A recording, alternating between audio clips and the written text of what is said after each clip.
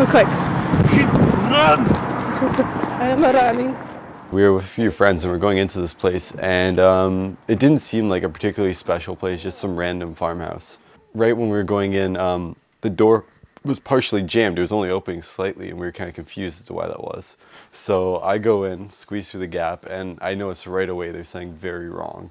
And I see newspapers everywhere on these couches that look very much lived in. It's in Ukrainian or something. This would be such a sick hobo den. You open up that newspaper, see if you can see what year it's from. This is Toronto, Ontario, 1968. So I just hear this voice from upstairs, and I just yell, "Get the fuck out of here!" And I was just kind of freaking out. I didn't know what was going on. I was really confused. I thought someone was trying to play a joke on me. And then I've been into urban exploration for about 3 years now. I started out, exploring random forests around my neighborhood and such, and I ended up going to an abandoned private school down the street in Bolton. Oh, yeah, I looked through those. I can't remember. The micro slides. Oh, no. They're before oh, yeah, they're negatives. They're negatives, yeah. So apparently we have, you know what this could have actually been, theoretically? It's either this place was full of Mormons. Look. It's not even open. I think this place was honestly full of Mormons. Like, why? Exploring isn't necessarily for everyone, I find. There's some people who totally freak out when they hear about this and they think it's the weirdest thing ever. And there's other people who've never heard of it, and you take them once and they just get it right away. It's just like a storage cell. What? What's that turny thing? Maybe it makes ice cream. There's a... I've been exploring, I don't know, for maybe like 5 years at least. That's all right. No, I can't do that. No, the wood will hold you, trust me, we did last time. No, but I can't hold on to, oh, that metal. Yeah, just sit down and just sort of slide your way across. And then once you're low enough, you can just stand up and just push across. Oh, that makes sense. Now you can just stand up.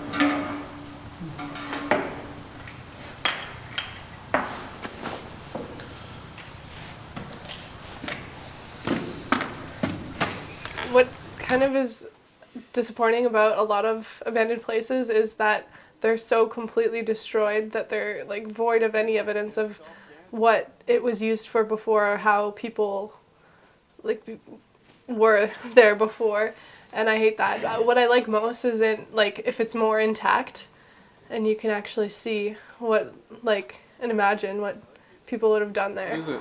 It's a washing machine. Like a really, really old style one, where they put the clothes in through those, things, those wheels, and then you turn it. It's only worth so much risk. The way I see it is that if you're going to be careful about things and take precautions, then it's worth it, because you have your own judgment. If you know that there's a high risk that you can get seriously hurt, then I'm not going to go in there. But I'm always cautious, and I've never run into any problems because of that. Walk across.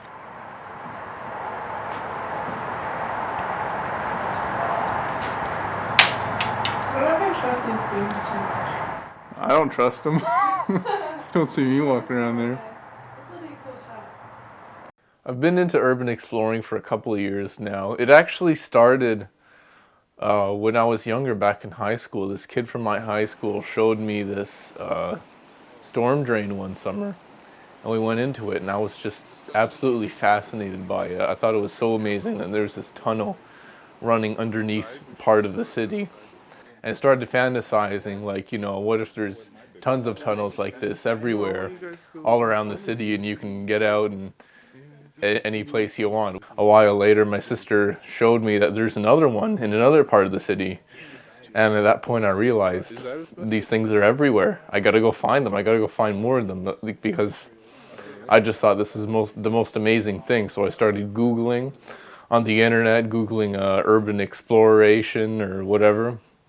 And I realized that a lot of other people do this, although most people don't explore in the sense that I was, going underground in these tunnels. But most people go to abandoned buildings. And so I joined up at this website, Urban Explorers Resource, and I started sharing whatever I knew about whatever was around me. And I really just opened my eyes, and I realized there's a bunch of abandoned buildings and all kinds of cool stuff right near me. And I just started exploring them, and it really opened my eyes up to this world that's right there. That's a big theme, I think, is that there's another world right under your nose, and you're just not exploring it, and you just don't see it, but it's there. And that's what urban exploring is all about. It's about exploring that forgotten part of the city, that forgotten part of this world that we just take for granted. We don't see it in our daily lives. But when you're into urban exploring, you actually see it. And it's amazing what you see sometimes. Some of these places are from like turn of the century, 19th century. Some of these places are recently vacated for a whole bunch of different reasons. Some of them are totally empty. Some of them have lots of stuff left in them. And sometimes you kind of piece together what happened in the building from clues, and it's kind of like you're a detective or something like that.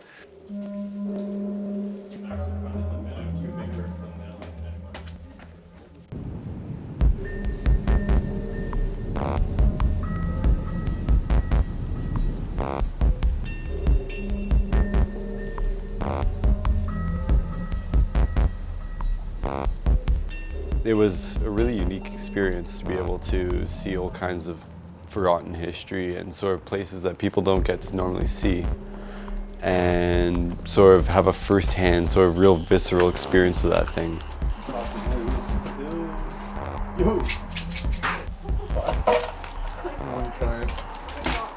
For me, the big draw is taking control of your life in a way. It's like every day you go into these buildings that have to be up to fire code, and your safety has to basically be guaranteed everywhere you go. But when you do this, you're making a really profound statement. You're saying, I'm taking my own safety into my own hands. And in that way, it's kind of liberating. You're actually taking control of your life and doing what you want to do. I heard you guys like crawled under like 3 times. We army crawled or 4 or 5 blocks.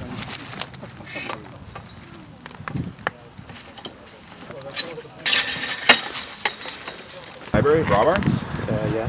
Kinda. It's the big, funky looking library. It kind of looks like something out of like a horror movie. It's like really weird. And you go all the way up to, I don't even know, like the 18th or 19th floor, whatever the top floor is. It's a fascinating world that exists, and most people don't get to see it. And it's about seeing what others don't see and letting people know that this world actually exists. These places actually have something interesting, and that don't just judge a place by how it looks on the outside. You might think, why would I want to bother going in there? Well, you never know. You never know what lies just on the other side of where you don't dare to go.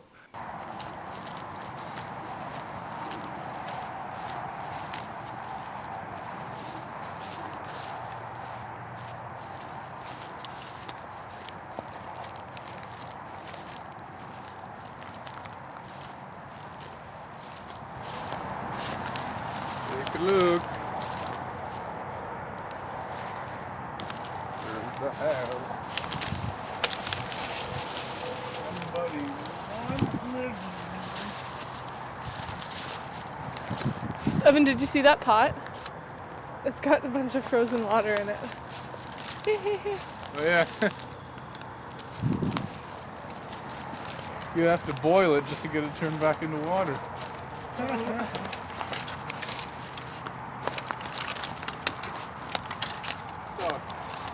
here's the front door.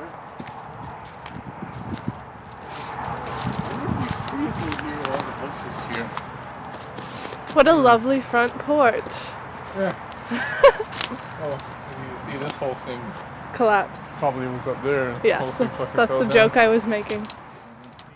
It's liberating to take your own safety into your own hands and to say, I want to go where I want to go. I'm not going to let any of these fences or any of these other barriers stop me. Once you do that, hey, maybe other barriers in your life aren't going to stop you. There's a certain level of risk you got consent to based on location, and you always weigh, is this the risk worth the reward?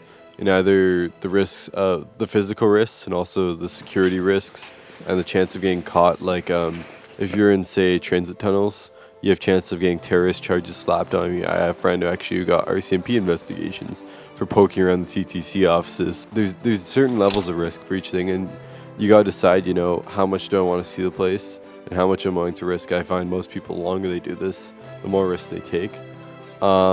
It's all about, everyone's in it for different reasons, Some people just like the pure adrenaline rush, and the more risk, the better.